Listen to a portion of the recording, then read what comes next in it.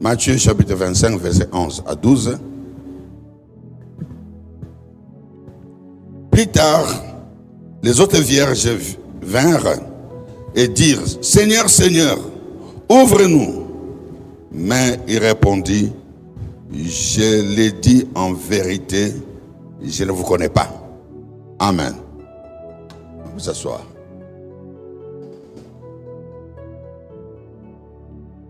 Je l'ai dit en vérité, je ne vous connais pas. Il s'adresse à qui?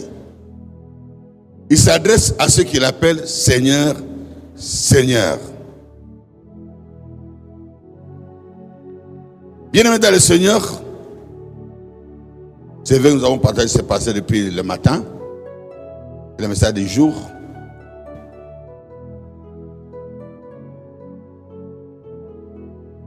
La parole de Dieu déclare, je connais mes brebis.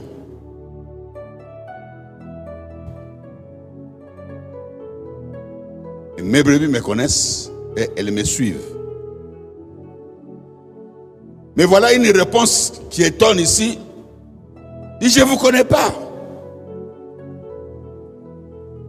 Ouvre-nous Seigneur, nous sommes là. Je ne vous connais pas. Ce message est situé dans quel contexte? Dans le contexte où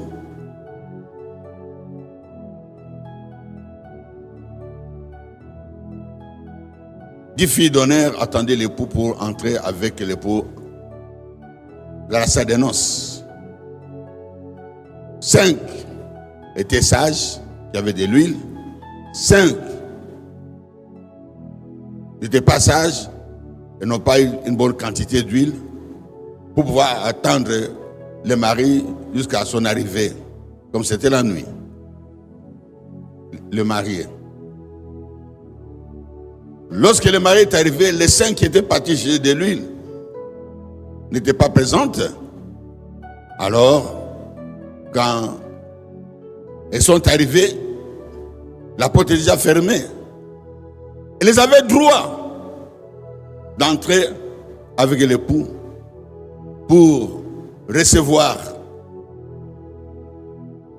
toutes les grâces qu'elle méritait à l'intérieur de cette salle. Mais la porte était fermée. Mais ils ont entendu seulement la voix qui dit, je ne vous connais pas.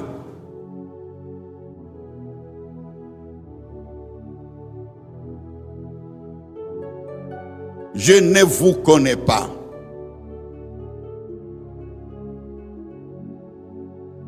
Bien-aimé, ce n'est pas n'importe qui est appelé à recevoir les bénédictions du royaume.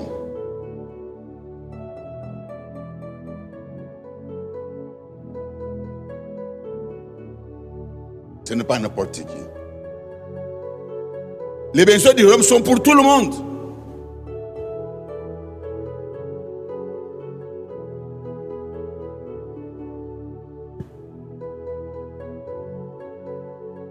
Tout le monde a droit à être béni. Quand Jésus est venu dans ce monde,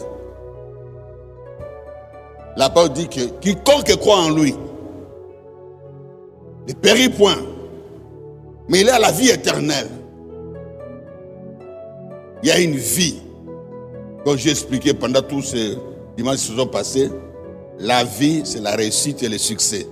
La vie, c'est le bonheur. Nous venons à Christ, c'est pour entrer dans les repos.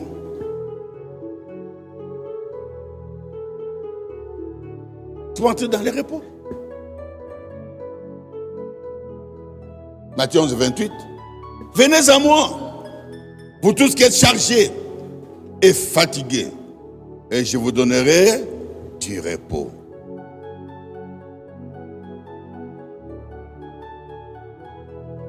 Il dit dans Jean 10, verset 9, je suis la porte des brebis.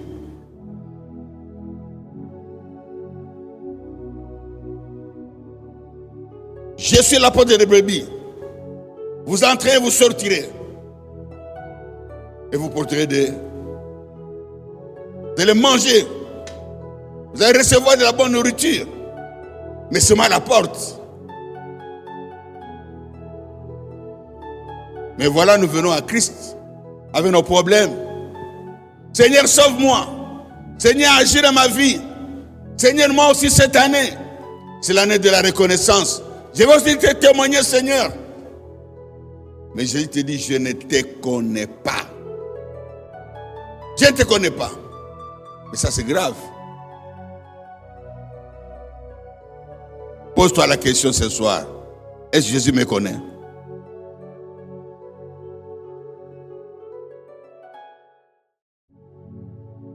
Pour bien comprendre ce passage, il faut lire dans Matthieu 7, verset 21.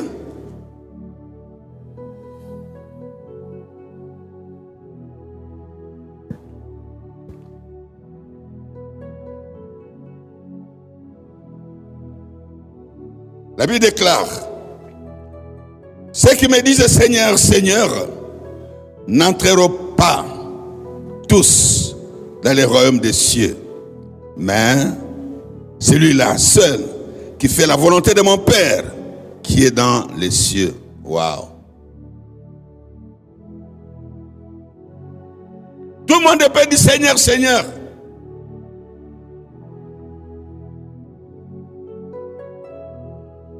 Mais ce n'est pas tout le monde qui peut être reçu.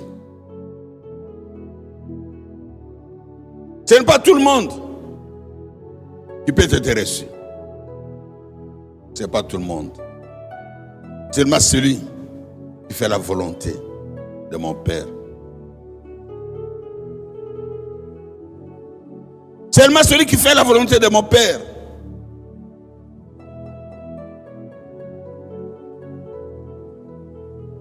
Ah, c'est très important, bien-aimé.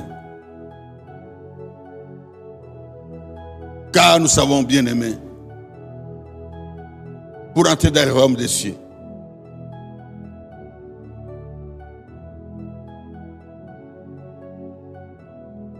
il faut notre part.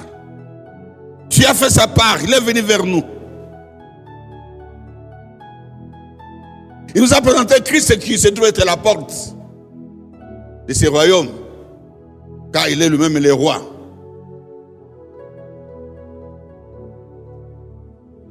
Le fait seulement de connaître que Christ est sauveur,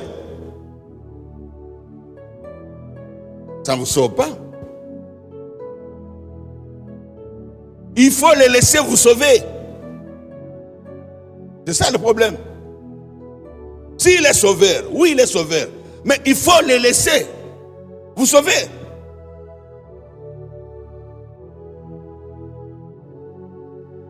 Si tu ne laisses pas te sauver, comment pourras-tu être sauvé?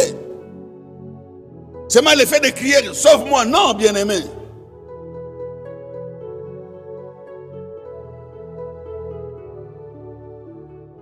Ils étaient nombreux qui suivaient Jésus. Toute une foule. Tout le monde avait besoin de Jésus. Chacun l'appelait selon sa connaissance. Chacun avait un problème. N'est-ce pas qu'il est venu pour résoudre les problèmes? N'est-ce pas qu'il est venu pour donner des solutions? Il dit, je suis la solution. Je suis la réponse. Et venez à moi. Mais tout le monde a couru vers Jésus.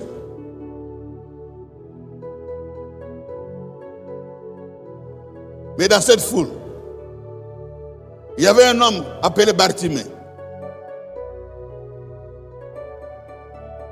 qui ne savait pas courir, mais il savait que Jésus allait passer à ce niveau, là où il était. Parce qu'il était aveugle né.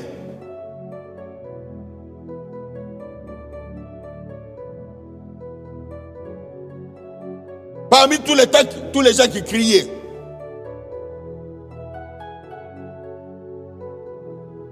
Jésus s'est arrêté. Uniquement quand lui, il l'a appelé. quand lui il a crié. Pourquoi Jésus s'est arrêté? Parce que tout simplement, il avait la connaissance de qui était véritablement Jésus.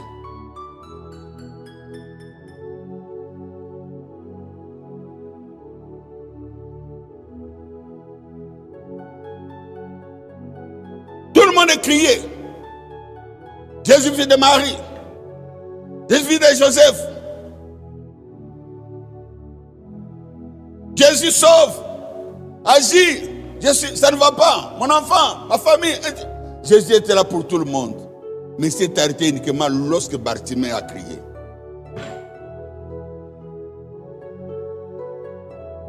Il a crié, il a dit, Jésus, fils de David, aie pitié de moi. Jésus s'est dit, celui-là, il me connaît. Il a droit au royaume. Si tu connais Jésus, tu as droit au royaume. Si tu n'as pas la connaissance de qui est vraiment Jésus, tu n'auras rien de Jésus.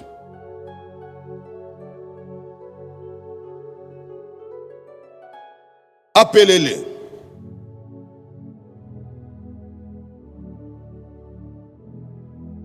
On l'a appelé.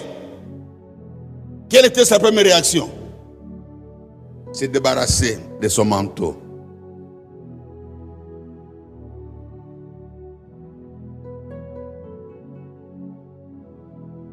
Moïse voulait s'approcher de Dieu, comme au Sinaï.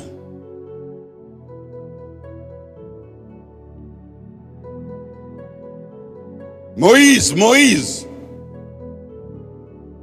n'avance pas. Enlève d'abord tes sandales. Dans les lieux sur lesquels tu te tiens, c'est un lien saint. Ici, tu auras des choses saintes. Tu as une part dans ce que tu dois faire pour recevoir les bénédictions du royaume.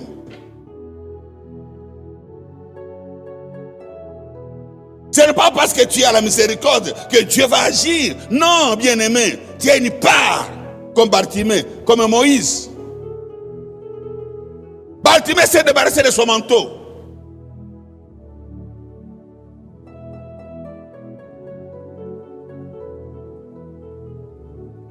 Tout ce qui pèse comme monde dans ta vie, tu dois t'en débarrasser.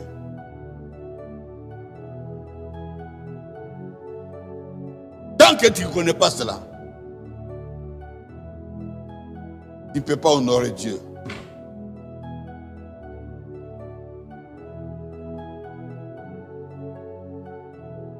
La Bible déclare, dans Jean 9, 31, Dieu n'exauce pas les pécheurs. Mais celui qui l'honore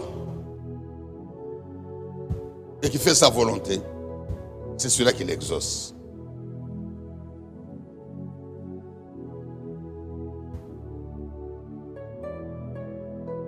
Bartimée avait la connaissance de qui était Jésus. Mais tous ceux qui entouraient Jésus n'avaient pas la connaissance. Ils voulaient de Jésus.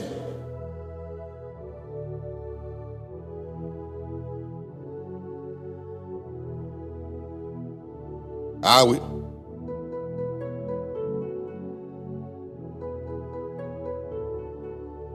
Jésus est tout puissant. Nous dit la Bible. S'il est tout puissant, alors pourquoi tu ne lui fais pas confiance?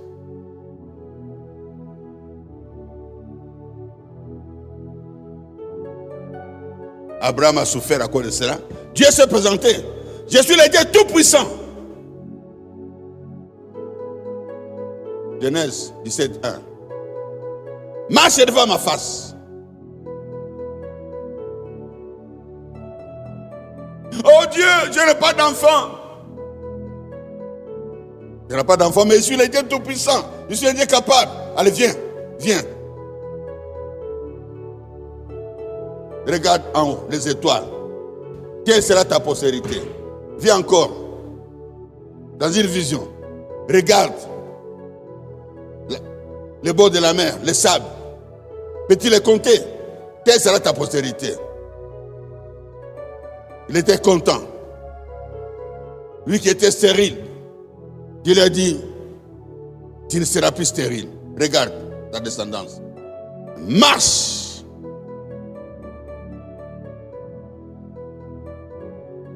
Je te dis, marche devant ma face. C'est tout. Oh, bien-aimé. Les années sont passées. La femme lui dira, oh mon chéri, bientôt tu auras 100 ans. Moi, bientôt 90, 90. Eliezer, qui est dans notre maison, celui qui sera notre, il va te succéder. Prends.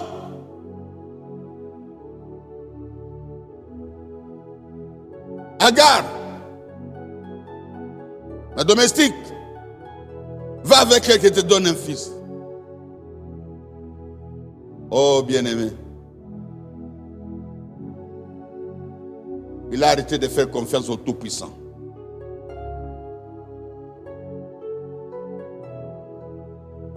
Recommande ton sort à l'Éternel. Mets à lui ta confiance et il agira.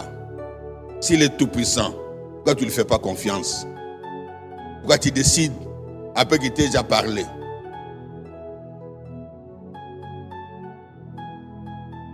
Pourquoi tu fais encore des projets quand lui t'a déjà montré le chemin à suivre? Ah, bien-aimé, c'est très important de le savoir parce que s'il est lumière, pourquoi tu ne crois pas en lui? Pourquoi tu doutes? Pourquoi tu doutes? S'il est lumière. Je suis la lumière du monde. Celui qui me suit ne marche pas dans les ténèbres, car il aura la lumière de la vie. Pourquoi tu doutes?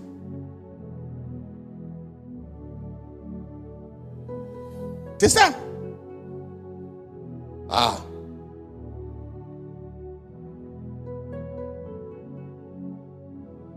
Abraham savait que Dieu était tout puissant. Mais lorsqu'il a compris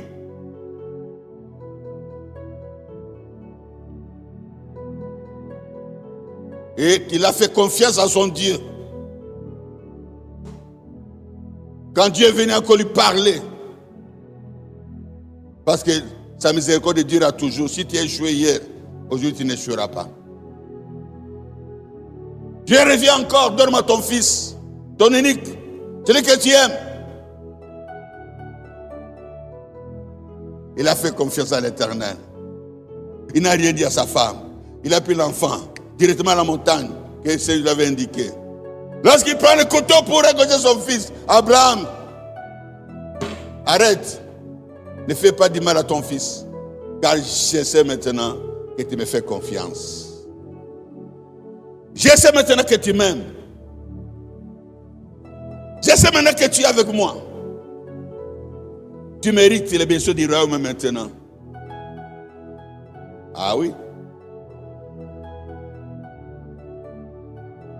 Il y a notre part. Il y a notre part, bien-aimé dans le Seigneur. Tu m'appelles maître. Beaucoup de noms de Jésus, maître. Mais si je suis ton maître, pourquoi tu ne m'écoutes pas? Pourquoi tu n'écoutes pas Jésus? Le fait que tu n'écoutes pas, tu ne peux pas obéir. Il y a celui qui écoute, il peut obéir. Mais toi, tu n'écoutes pas. Dieu ne peut rien faire pour toi.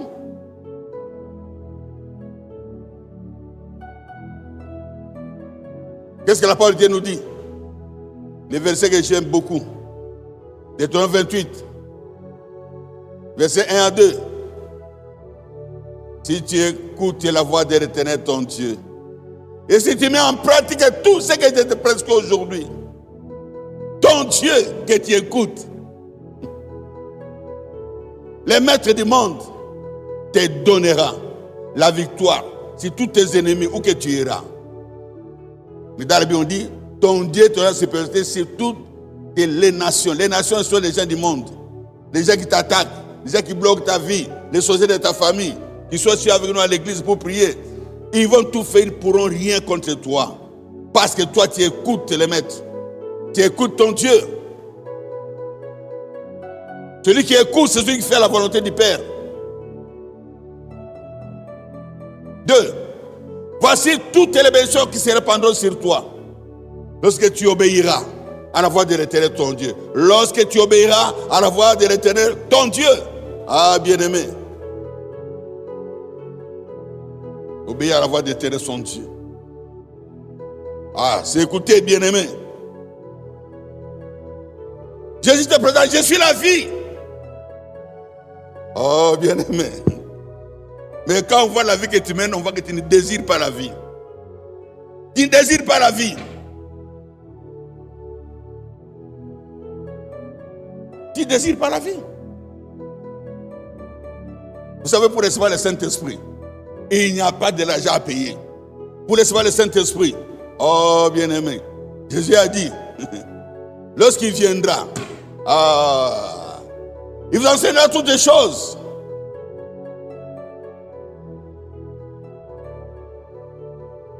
Vous serez transformés par celui la vie. Et le jour qu'il est descendu à la Pentecôte, c'était l'étonnement. La vie a changé, la vie de l'esprit a changé. Parce qu'on l'appelle l'esprit de vie. Mais il ne le désire pas. Pour recevoir le Saint-Esprit, pour être rempli du Saint-Esprit, il faut le désirer. Si tu le désires, il vient. Tu ne désires pas, il ne vient pas. Comment peux-tu désirer les choses du royaume tant que tu aimes encore le monde? N'aimez pas le monde, ni ce qu'il soit dans le monde. Car si quelqu'un aime le monde, l'amour du Père n'est pas en lui.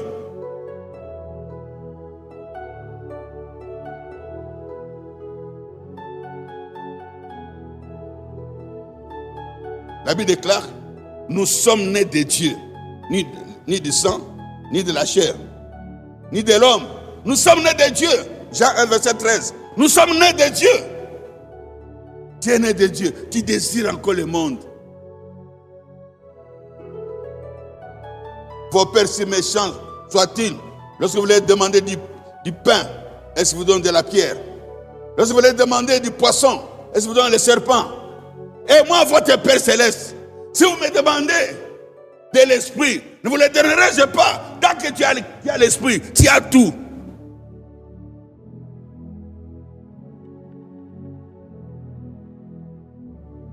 Toi, tu as le temps de faire encore le monde.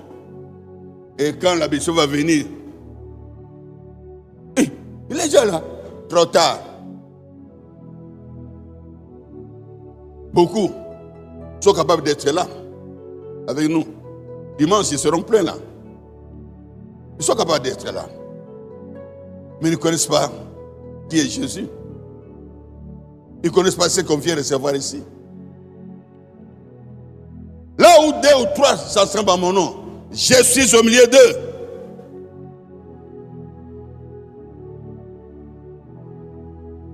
C'est la sagesse même. Il est le sage, notre Dieu. Si ton Dieu est sage, pourquoi tu ne l'interroges pas devant des problèmes? Tu prends des décisions et quand ça ne marche pas, maintenant tu viens. Seigneur, aide-moi. Si ton Dieu est sage, tu vas te référer toujours à lui avant de poser n'importe quel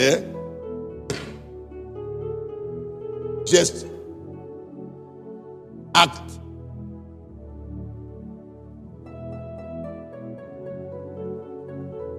Il n'y a que les enfants qui posent des questions aux parents avant de faire quoi que ce soit. Maman, je peux prendre, hein? Maman, je peux descendre. Maman, je peux aller aux toilettes. Maman, je peux manger. Maman, l'enfant pose des questions. Et la Bible déclare,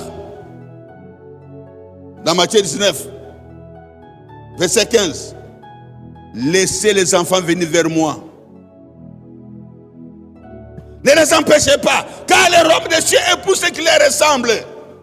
Si ton Dieu c'est un sage, tu ne feras pas ce que tu fais. C'est à cause de ce que tu fais que tu pleures. Tu vas poser la question. Homme de Dieu, qu'est-ce que ton Dieu dit pour mon problème? Tu ne veux pas m'engager seul. Et quand tu vas t'engager, quand tu vas pleurer, tu diras, oh, Dieu ne m'a pas écouté. Non, Dieu ne te connaît pas. Il écoute tout, mais il ne te connaît pas. Il voit tout, mais il ne te connaît pas comme enfant, comme petit enfant. C'est ça le problème. Est-ce que Dieu te connaît? Si tu es un petit enfant, tu seras toujours vainqueur. 1 Jean 4,4. Vos petits enfants, vous les avez vaincus. Parce que celui qui est en vous est plus grand que celui qui est dans ce monde. Mais tu ne connais même pas que tu es vainqueur. Mais tu veux la victoire. Mais c'est ça quoi? Tu veux vaincre les sorciers de la famille, les sorciers qui prennent dans l'église. Comment tu vas les vaincre? Tu vas passer par où pour les vaincre? Tu vas commencer par quoi? Parce que la Bible déclare, nous ne combattons pas contre la chair et le sang. Ephésiens 6,12. Mais contre les principautés, les dominations, les esprits méchants dans les lieux célestes. Les esprits méchants. Comment peux-tu combattre avec les esprits méchants? Comment? Il y a que les petits enfants qui peuvent combattre les esprits méchants. Ce n'est pas donné à n'importe qui de combattre les sorciers réputés de la famille. Tu ne peux pas les combattre. Il faut être un petit enfant. Ah oui, il faut être un petit enfant. Car un petit enfant se révèle toujours à son père. Dites-moi, vous avez vu un enfant de 3 à 4 ans qui dit que son papa n'est pas fort? Même s'il y a 10 personnes qui viennent pour l'attaquer, tant que son papa est là, il court derrière son papa. Et venez encore. Venez, mon papa est là. Et pourtant, le papa il est en train de trembler. Ce n'est pas son problème. Il sait que son papa est fort. Parce que c'est le papa terrestre. Mais le Père Céleste, il dit, je suis le Dieu Tout-Puissant. L'enfant ne fait que ce que son papa a demandé de faire. Et cet enfant est récompensé. Ah oui, bien-aimé. On va lire un passage, je m'arrête là parce que j'ai commencé en retard, je n'ai pas beaucoup de temps. Là, on est dans Matthieu 15, 8.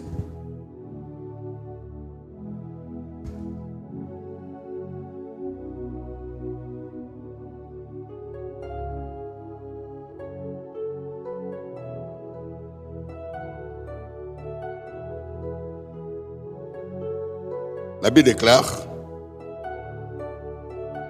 ce peuple m'honore des lèvres, mais son cœur est éloigné de moi. Ce peuple m'honore des lèvres, mais son cœur est éloigné de moi. Oh bien-aimé, tant que ton cœur est éloigné de l'Éternel, quand est-ce qu'il y a un cœur éloigné de Dieu? Quand le cœur n'appartient pas à Dieu.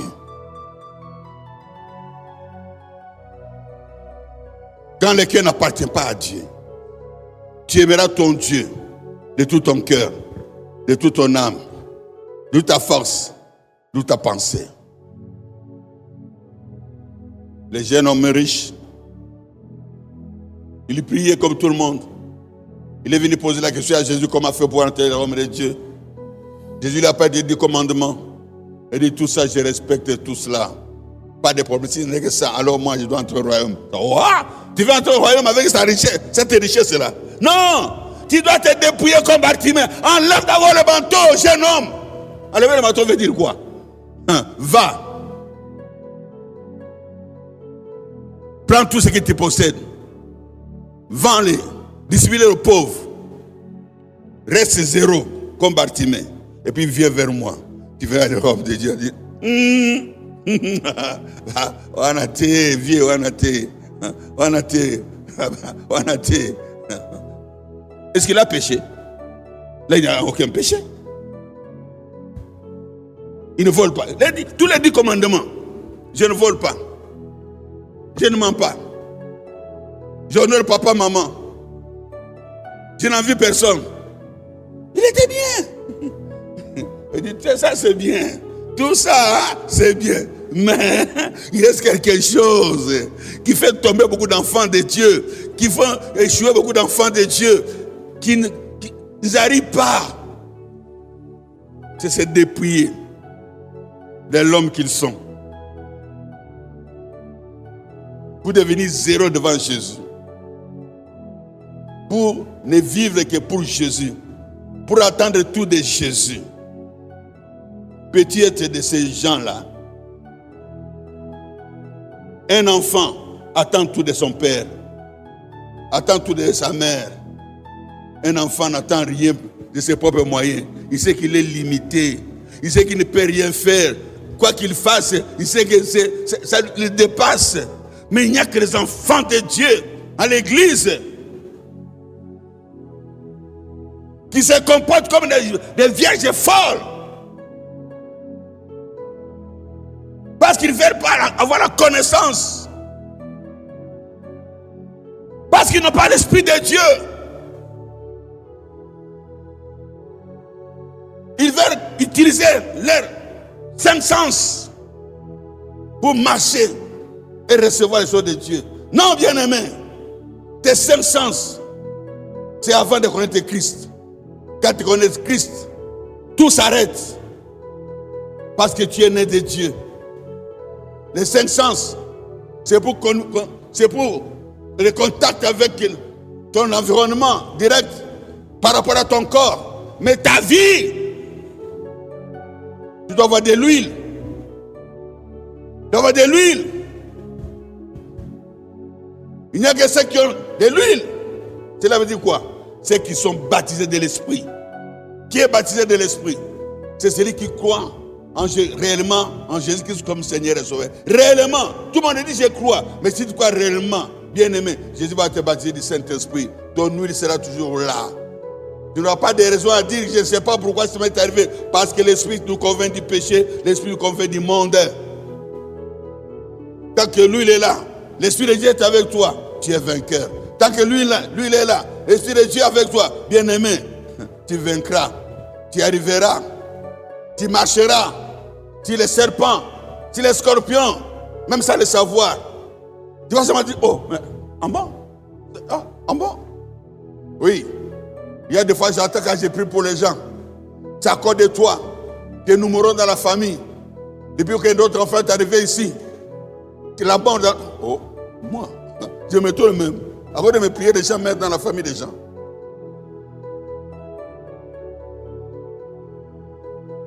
Parce que, ici du royaume, si tu es du royaume, bien-aimé des Seigneurs, alors tu connais le Seigneur. Si tu ne le connais pas, tu seras à côté de la solution sans avoir la solution. Tu seras à côté de la réponse sans connaître la réponse. Parce que tout nous vient d'en haut. Tout nous vient d'en haut. La parole de Dieu nous dit, mettez-moi de la sorte à l'épreuve et vous verrez si je n'ouvre pas les écus des cieux pour vous. Les écus des cieux pour vous. Est-ce que ça ne vous bénit pas en abondance? Ce passage-là m'a toujours dérangé. Avant, je ne le comprenais pas. Donc, il y a des choses que je dois faire pour que les écus des cieux s'ouvrent. Qu'ils soient bénis en temps. Je dois mettre mon Dieu à l'épreuve. À l'épreuve. Donc, je dois mettre mon Dieu à l'épreuve. On n'a pas beaucoup de temps, je vais m'arrêter ici. Mais c'est seulement pour te dire que il y a ta part. Ne peut mettre Dieu à l'épreuve que celui qui connaît Dieu. Si tu ne connais pas Dieu, tu ne sauras pas le mettre à l'épreuve. Beaucoup tentent Dieu au lieu de le mettre à l'épreuve. C'est notre enseignement. Tenter Dieu, tu vas mourir. Mais le mettre à l'épreuve, c'est mettre en pratique sa parole et demeurer dans la fidélité et l'obéissance. Quoi qu'il arrive. Quoi qu'il arrive. Quoi qu'il arrive. car je sais qu'il est avec moi. Oh, bien-aimés dans le Seigneur, nous venons de lire. Pourquoi m'appelez-vous Seigneur et Seigneur, Seigneur, et vous ne faites pas la volonté de mon Père? La parole est claire. Je ne vous connais pas. Si tu ne connais pas mon Dieu, si tu ne connais pas ton Dieu, essaie le mien. En tant qu'enfant, c'est ce que Ruth a fait. Ruth a dit, où tu iras, j'irai. Ton Dieu sera mon Dieu. Elle a suivi les dieux de Naomi. Elle a abandonné ses dieux qui ne lui donnaient pas satisfaction. Elle a abandonné ses dieux qui lui faisaient tourner en rond, en rond, en rond. Rien ne marchait. Mais elle a suivi les dieux de Naomi. Oh, bien-aimé. Les aiguilles des cieux se sont ouvertes pour elle. Si tu veux suivre mon Dieu, le Dieu de la miséricorde, la porte te sera ouverte ce soir même. Oh, vous n'êtes pas là? Yes, je suis à la fin, vous répondez. Amen. Amen.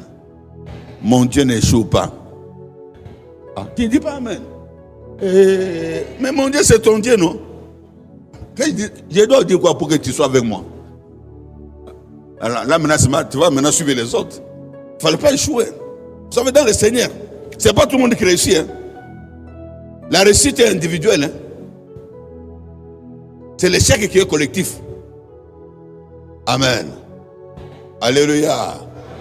Toi aussi, tu vas témoigner, je suis sûr. Il y en a qui sont encore dans la distraction. Qu'est-ce que dois-je faire? Il n'y a pas de prière à faire. Le temps est déjà passé. Je suis déjà dans la bénédiction, dans la prière, mais tu es distrait. Tu as dit quoi? Mettez-vous devant, va prier. Non, bien-aimé. Cette semaine, tu vas témoigner. J'ai dit cette semaine, d'ici vendredi prochain, tu vas aussi témoigner. Pourquoi? Parce que tu es l'enfant du royaume. Ils te feront la guerre, ils te feront compas. J'ai dit, ils ne vont jamais te vaincre. Toi, tu vas marcher sur les serpents. Tu vas marcher sur les scorpions. Tu vas marcher sur le plein de l'ennemi. Et rien ne pourra te nuire. À partir d'aujourd'hui, tu seras la tête et jamais la queue. Mais je m'adresse à toi. Amen. Tu prêteras. Tu n'en prêteras plus jamais.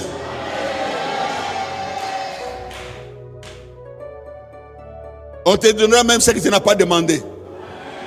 Et surtout l'argent sera à ta recherche. Je dis l'argent sera à ta recherche. Je répète, l'argent sera à ta recherche. Pas pour toi, mais pour la gloire de Dieu. Mais amen et diminue pourquoi? L'argent sera à ta recherche. Pas pour toi, mais pour la gloire de Dieu. Dites amen fort. L'argent viendra vers toi, mais pas pour toi, mais pour servir Dieu. Dis, l'argent viendra vers moi, pas pour moi, mais pour servir mon Dieu. Si c'est toi, applaudis le roi des rois.